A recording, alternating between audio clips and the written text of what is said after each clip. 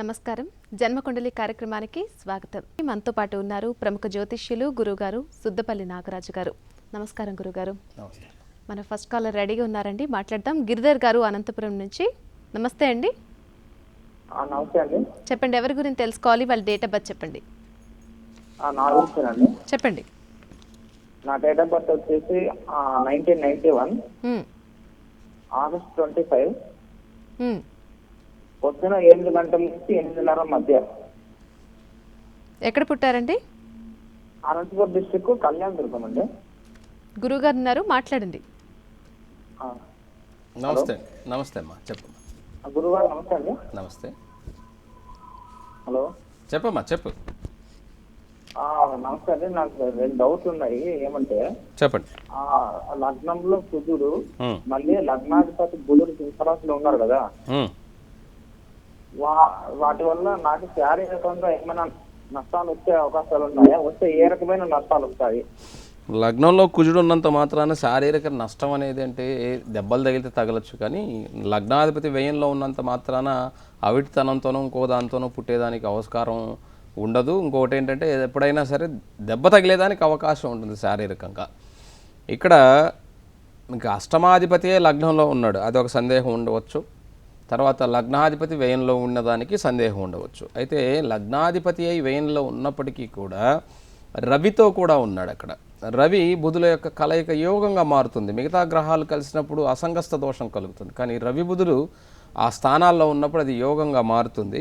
దానివల్ల కానీ అష్టమాధిపతియే లగ్నంలో ఉన్నాడు కాబట్టి కుజుడిని కొంచెం చూడవలసి ఉంటుంది. బుధుడిది పెద్దగా ఇది లేదు, కానీ ఆ కుజుడు అష్టమ అధిపతి అయి లగ్నంలో ఉన్నందువలన ఇక్కడ గొడవల్లో అంటే మనం ఏదైనా పరాక్రమానికి కూడా అధిపతి అయిన లగ్నంలో ఉన్నాడు కాబట్టి మనకు వచ్చేటువంటి కోపావేశాల వలన మనం ఏదైనా ముందు దుడుకుతనంతో వెళ్తే ఖచ్చితంగా శారీరకంగా నష్టం కలిగేదానికి అవకాశం ఉంటుంది.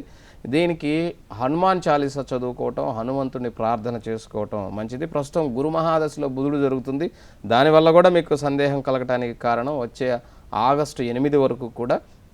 కాబట్టి ఇది కొంత చూసుకోవాల్సి ఉంటుంది. గురువు కూడా అష్టమ స్థితిలోనే ఉన్నాడు గోచార రీత్యా. మీది ధనిష్ఠా నక్షత్రం 4వ పాదం కుంభరాశి కాబట్టి కొద్దిగా ఇక్కడ చూసుకోవాల్సి ఉంటుంది. మీరు ఈ జాతకంలో 4 గ్రహాలు, అందులో కూడా రవి, గురువు, శుక్రుడు, బుధుడు, ఈ శుక్రుడు బుధుడు మిత్రులై వక్రించి ఉన్నారు. రవి అలాగే గురువు మిత్రుడై ఇక్కడ 12వ ఇంట్లో ఉన్నారు. 4 గ్రహాలు 12వ ఇంట్లో ఉన్నాయి. కాబట్టి ఇక్కడ మెయిన్గా మీ జన్మజాతకంలో శని అద్భుతంగా పంచమ స్థానంలో ఉన్నాడు కాబట్టి భయపడాల్సిన అవసరం లేదు. అష్టమాధిపతి అయినటువంటి కుజుడు లగ్నంలో ఉండటం ఇది కొంత ఇబ్బంది, నిజంగానే ఇబ్బంది, అందులో ఎటువంటి సందేహం లేదు. కానీ హనుమంతుడిని ప్రార్థన చేయటం ద్వారా తప్పకుండా మంచి జరిగేదానికి అవకాశం ఉంటుంది. దుందుడుకుతనంతో ప్రతిదానికి గొడవలకి వాటికి వెళ్లకుండా సాత్వికమైనటువంటి అంటే లగ్న కుజుడు అలాంటి తత్వాన్ని కలిగిస్తున్నప్పటికీ లగ్నంలోకి వచ్చి ఆయన 1 డిగ్రీయే అయ్యింది. అక్కడ 30 డిగ్రీలు ఉండాల్సినటువంటి వాడు 1 డిగ్రీ 5 డిగ్రీల వరకు సంధిలో ఉంటుంది కాబట్టి లగ్నంలో ఉన్నప్పటికీ కూడా దాని ప్రమాదాన్ని తగ్గించుకోవచ్చు. కాబట్టి హనుమంతుని ప్రార్థన చేయండి, తప్పకుండా దాని యొక్క శారీరకంగా హాని కలిగేటువంటి ఇబ్బందులు అంటే శారీరక భాగాలు ఏదైనా చేతిలో ఉన్నటువంటి చిటికినేలు పోగొట్టుకున్నా కూడా ఆశ్చర్యపోవాల్సిన అవసరం అలాంటి స్థితి కలుగుతుంది అనమాట. శారీరకంగా చెయ్యే పోగొట్టుకోవాల్సినటువంటి వాడు చిటికినేలు పోగొట్టుకునే స్థితికి రావాలి అంటే ఖచ్చితంగా హనుమంతుని ప్రార్థన చేయటం మంచిది. కాబట్టి ఇప్పుడు జరుగుతున్న దశాంతర దశలు కూడా అంత గొప్పగా లేనందువలన తప్పక గురు యొక్క స్థితి కూడా బాగాలేనందువలన తప్పక హనుమంతుడిని ప్రార్థన చేయటం, ఆయన గురువుగా తలుచుకోవటం ద్వారా తప్పకుండా మీకు గొడ్డలతో వచ్చేది గోటి వరకు పోయేదానికి అవకాశం ఉంటుంది. మరొక కాలర్ ఉన్నారండి, త్రిపుర గారు. నమస్తే అండి.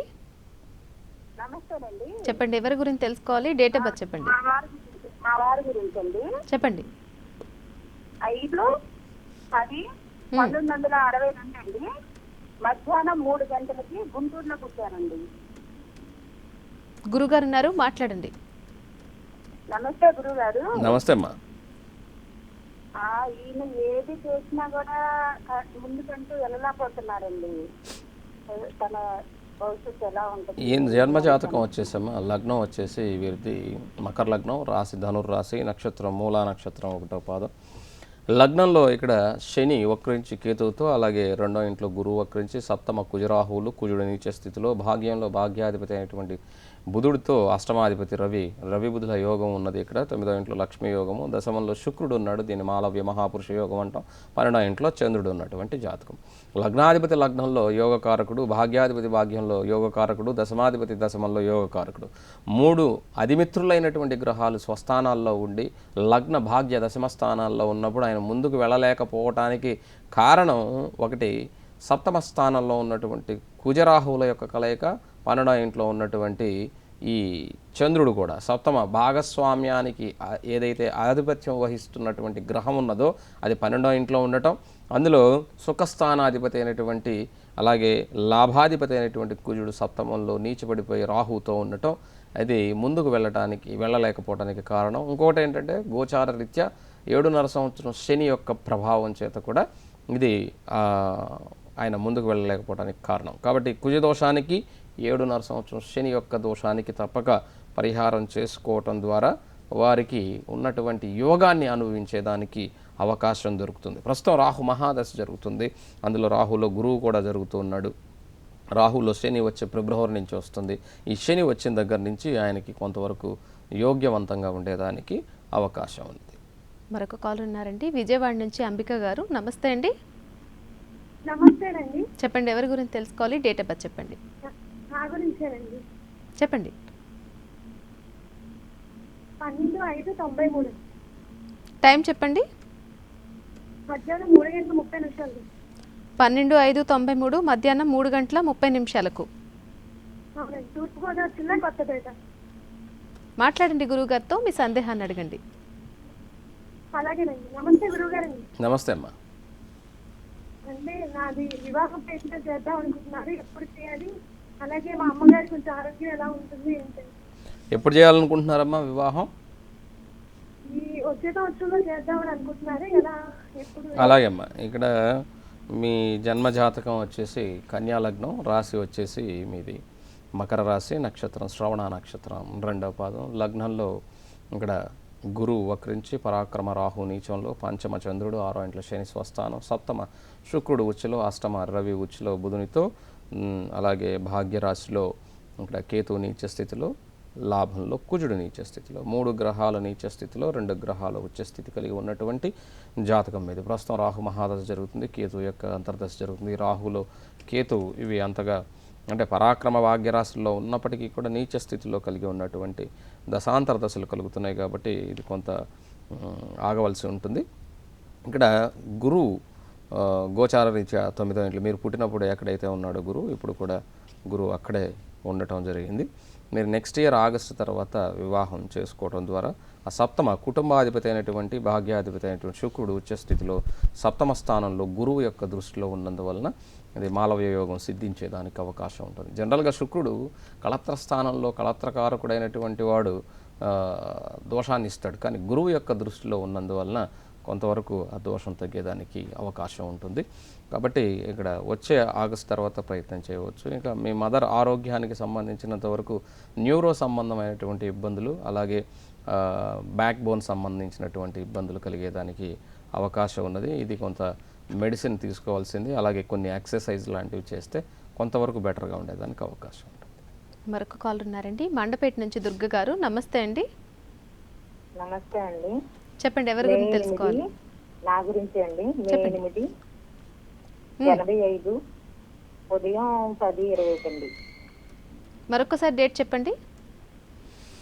మే 8 అండి.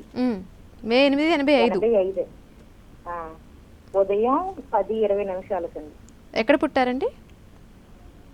రావులపాలెం దగ్గర. మాట్లాడండి గురువుగారితో. చెప్పండి అమ్మా. నమస్తే గురువు గారు. నమస్తే అమ్మా. నా జాతకం ఎలా ఉంటుంది, నేను ఏ దేవుని పూజించాలి జాతక రీత్యా? ఇక్కడ లగ్నం వచ్చేసి మిథున లగ్నం, రాశి వచ్చేసి మీది ధనుర్రాశి, నక్షత్రం వచ్చి మూలా నక్షత్రం 4వ పాదం. జన్మజాతకంలో సప్తమంలో కుటుంబాధిపతి అయినటువంటి చంద్రుడు ఉన్నప్పటికీ కూడా సప్తమాధిపతి అయినటువంటి గురువు మకర రాశిలో, మకర స్థానం ఆయనకి మంచిది కాదు, అది నీచ స్థానం అవుతుంది. కానీ 10వ ఇంట్లో శుక్రుడు, బుధుడు నీచ స్థితిలో, శుక్రుడు ఉచ్చస్థితిలో, లాభంలో రవి ఉచ్చస్థితిలో రాహుతో, 12వ ఇంట్లో కుజుడు కుజదోషంలో. ఇక్కడ పంచమ స్థానంలో మంత్రస్థానం, దైవస్థానం అయినటువంటి స్థానంలో కేతు ఇక్కడ కూర్చొని ఉన్నాడు, విశాఖ నక్షత్రంలో కూర్చొని ఉన్నాడు కేతు. కాబట్టి ఖచ్చితంగా ఇక్కడ మీకు ఆ, కుజదోషం ఉన్నది. అందులో ఇంకొక విషయం, వివాహ సంబంధమైనటువంటి స్థానంలో చంద్రుడు ఉన్నప్పటికీ కూడా గురువు అష్టమంలో ఉండటం కూడా దోషమే. కాబట్టి జ్ఞానానికి కారకుడైనటువంటి కేతు జనరల్గా గణపతి ఆధీనంలో ఉంటాడు. కాబట్టి మహాగణపతిని ఆరాధించుకోవటం, లక్ష్మీ గణపతిని ఆరాధన చేసుకోవటం మీకు మంచిది. దానివలన అన్ని విధాల మీకు సౌకర్యవంతంగా ఉండేదానికి అవకాశం ఉంటుంది. ప్రస్తుతం మీకు 7.5 సంవత్సరం శని కూడా జరుగుతుంది. రేపు జనవరి నుంచి జన్మశని, మళ్ళీ తర్వాత వ్యయానికి వచ్చి ఆయన వక్రతత్వం చెంది మరలా జన్మకు వచ్చేదానికి అవకాశం ఉంది. ఈ దశాంతర దశలు కొంచెం జాగ్రత్తగా ఉండాలి.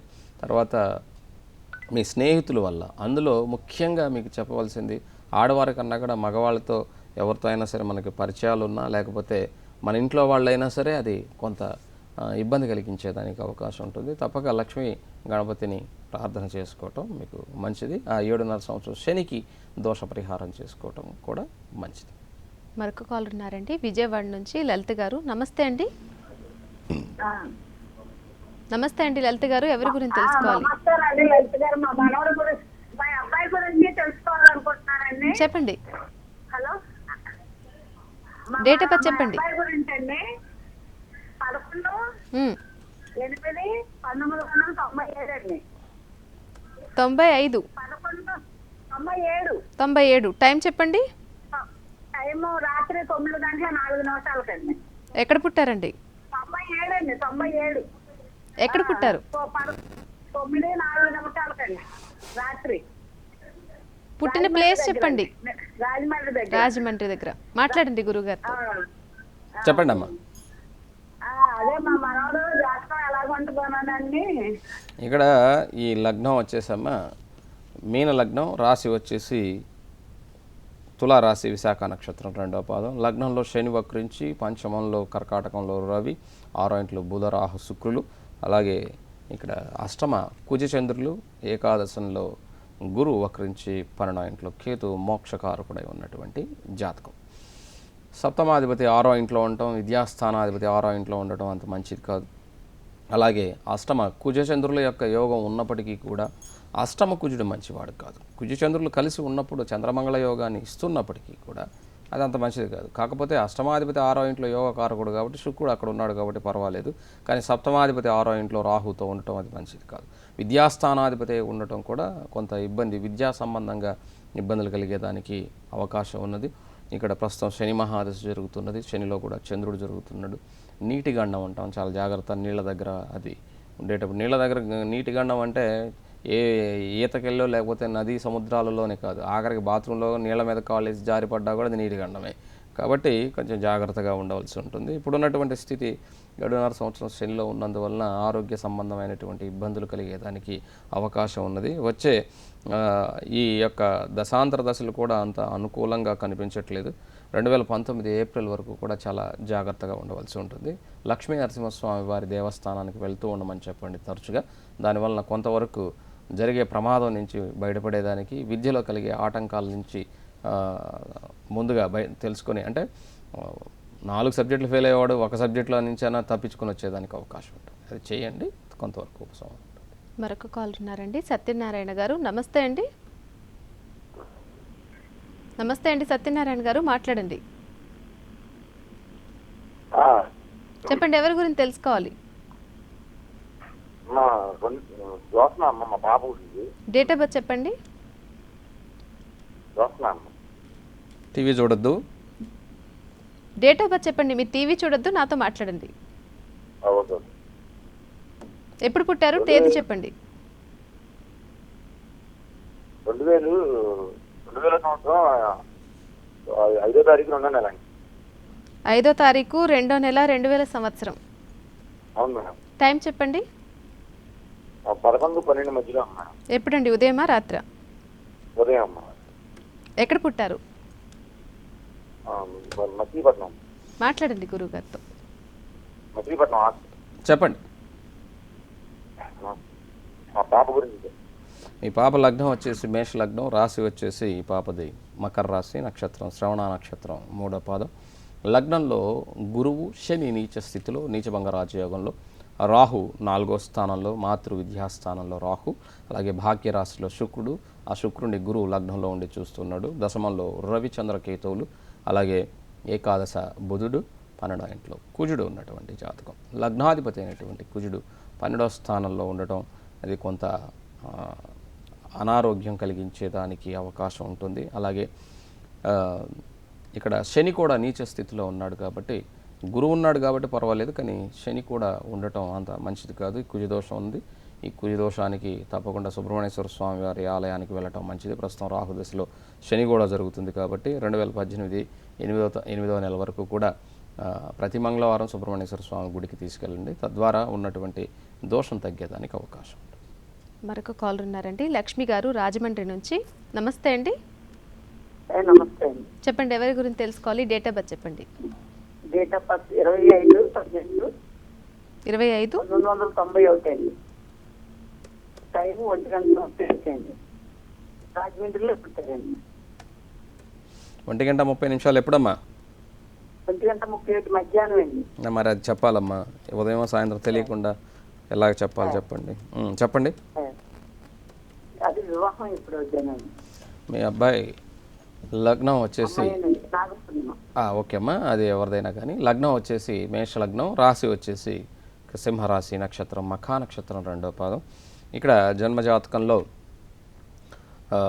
లగ్నం నుంచి కేతు 3వ ఇంట్లో, 5వ ఇంట్లో గురుచంద్రుల యొక్క కలయిక, సప్తమ శుక్రుడు మాలవ్య యోగంలో, అష్టమ కుజుడు హఠయోగంలో బుధునితో కూడా కలిసి, 9వ ఇంట్లో రవి రాహువులు, 10వ ఇంట్లో శని శాసమహాపురుష యోగంలో ఉన్నటువంటి జాతకం. అయితే ఇప్పుడు ఇంతకు ముందుగానే చెప్పాను ఒక జాతకానికి, సప్తమంలో శుక్రుడు తన స్వస్థానంలో మాలవ్య యోగానికి ఇచ్చినప్పటికి కూడా వివాహ దోషాన్ని తప్పక ఇచ్చేదానికి అవకాశం. కళత్ర స్థానంలో కళత్రకారకుడే కళత్ర స్థానంలో ఉన్నప్పుడు దోషాన్ని ఇచ్చేదానికి అవకాశం ఉంటుంది. కాబట్టి శుక్రదోషం తగ్గాలి అంటే మాత్రం తప్పకుండా అమ్మవారి యొక్క లలితాదేవి యొక్క ఆరాధన చేసుకోవటం. అలాగే కుజుడు అష్టమ స్థితిలో ఉన్నప్పటికీ, స్వస్థానమై ఉన్నప్పటికీ కూడా తప్పకుండా కుజదోషాన్ని ఇచ్చేదానికి అవకాశం ఉండి తీరుతుంది. ఎందుకంటే మేషలగ్నానికి లగ్నాధిపతి అయి అష్టమంలో, అష్టమ స్థానానికి కూడా ఆయనే అధిపతి అయి ఉన్నప్పటికీ కూడా కుజదోషం ఖచ్చితంగా ఉండి తీరుతుంది. దానివల్ల వివాహ దోషం కలిగేదానికి, అనవసరమైనటువంటి ఇవన్నీ కూడా నెత్తిన పెట్టుకొని వాళ్ళ వల్ల అవమానపడేదానికి ఇలాంటివి చాలా ఉన్నాయి. ఇక్కడ మంచి ఉద్యోగము, మంచి జీవితము ఇవన్నీ ఉన్నాయి. అయితే ఈ శుక్రదశ ఇప్పుడు అయిపోతుంది. 2017 జనవరి 26కి అయిపోతుంది. అయిపోయిన తర్వాత రవి మహాదశ వస్తుంది. ఈ రవి భాగ్యరాశిలో ఉన్నాడు, అందులో కూడా రాహుతో కూడా ఉన్నాడు. కాబట్టి వివాహానికి సంబంధించినంత వరకు ఇప్పుడు అనుకూలంగానే ఉంది, కానీ ఆ పరిహారాలు చేయటం మంచిదమ్మా. మరొక కాలర్ ఉన్నారండి, భవానీ గారు. నమస్తే అండి.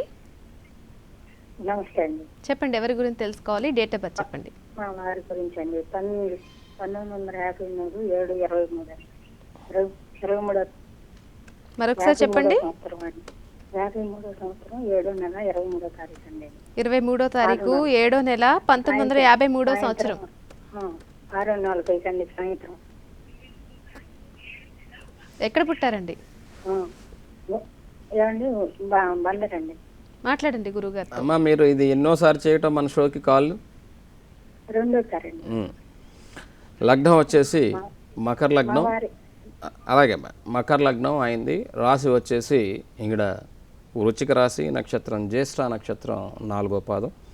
లగ్నంలో రాహు ఉన్నాడు, అలాగే పంచమ స్థితిలో గురు శుక్రులు, అలాగే సప్తమ కుజుడు నీచ స్థితిలో రవితో కేతువుతో బుధుడు వక్రించి, 9వ ఇంట్లో శని, ఏకాదశంలో చంద్రుడు నీచ స్థితిలో ఉన్నటువంటి జాతకం. ఇక్కడ ప్రస్తుతం రాహులో కేతువు కూడా జరుగుతుందమ్మా. ఆరోగ్య సంబంధంగా ఇక్కడ తప్పకుండా ఇబ్బందులు కలిగేదానికి అవకాశం ఉంది. ఒకసారి వెళ్ళి డాక్టర్ దగ్గర చెక్ చేయించడం మంచిది. వచ్చే మే లోపుగా కొంత ప్రమాదం కలిగేదానికి ఖచ్చితంగా అవకాశం ఉంది.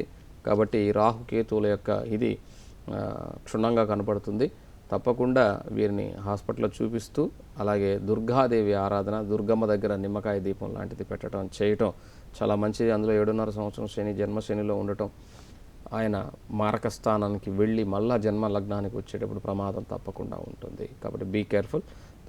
అమ్మవారిని దగ్గర తప్పకుండా దీపం పెడుతూ డాక్టర్ దగ్గర చెక్ చేయించి మెడిసిన్ ఇప్పించడం మంచిది.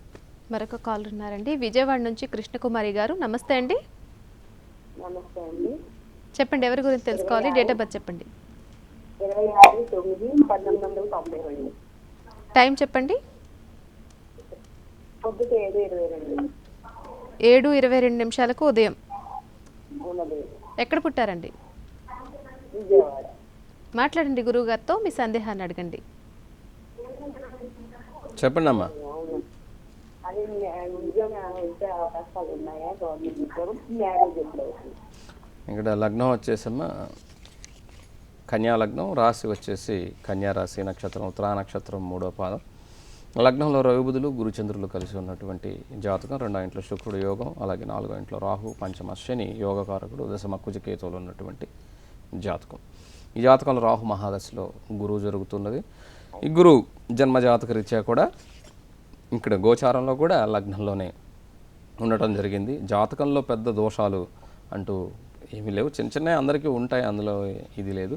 మంచి రవి బుధుల యోగము, భద్ర మహాపురుష యోగము, గజకేసరి యోగము ఇలా ఉన్నటువంటిదే, కాబట్టి భయపడాల్సిన అవసరం లేదు. కాకపోతే వివాహ విషయంలో మాత్రం కొంత ఆచితూచి నిర్ణయం తీసుకోండి. ఎందుకంటే వాళ్ళకి నచ్చినట్టుగా ప్రేమించి పెళ్లి చేసుకున్న ఆశ్చర్యపోవాల్సిన అవసరం లేదు.